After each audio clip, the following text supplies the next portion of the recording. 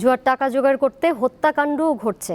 নরসিংদীতে অটোরিকশা চালক রবিউল খুনের ঘটনা তদন্তে নেমে এমন তথ্য পেয়েছে police bureau of investigation PBI. 7 জনকে গ্রেপ্তারের পর বুধবার সংবাদ সম্মেলনে সংস্থাটি জানায়, অনলাইন জুয়া ও মাদকের টাকার জন্য রবিউলকে হত্যা করে 3 তরুণ।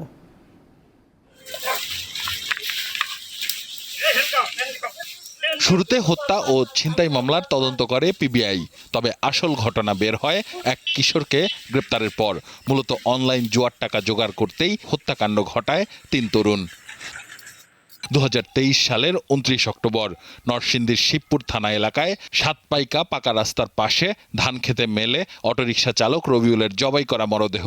ড্রাইভার রবিউলের পাশে একজন বসে, বাকি 2 জন পিছনে বসে এবং তারা তাদের কাছে লুকানো যে চাপাতি বের করে 2 জনে জড়ায় ধরে জাপটে ধরে এবং একজন গলায় বেপরোয়াভাবে কোপায় এবং ভিকটিম মারা যাওয়ার পরপরই তাকে পাশেই ধান খেতে ঠেলে ফেলে দিয়ে তারা গাড়িটা ছিনতাই করে নিয়ে যায়। ছিনতাই করা অটোরিকশাটি 30,000 টাকায় বিক্রি করা হয় চোরাই মার্কেটে।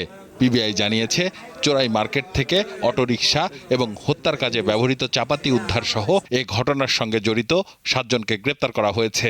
3 জন কিলারের ভিতরে 2 জনের বয়সী 19 এবং একজনের বয়স 20-21 এরকম, একদম সবাই উঠতি বয়সী ছেলে। বাস্তবে এরা হচ্ছে বিভিন্ন সময় যে ক্রিকেট, ফুটবল, অন্যান্য যে গেমগুলো আছে সেগুলোর উপরে জুয়া করতো।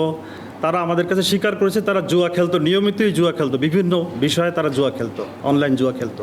আইন শৃঙ্খলা বাহিনীর তথ্য মতে দেশে অনলাইন জুয়ায় জড়িয়ে পড়েছে 50 লাখের বেশি তরুণ। এমনকি 10,000 গুণও জিততে পারো।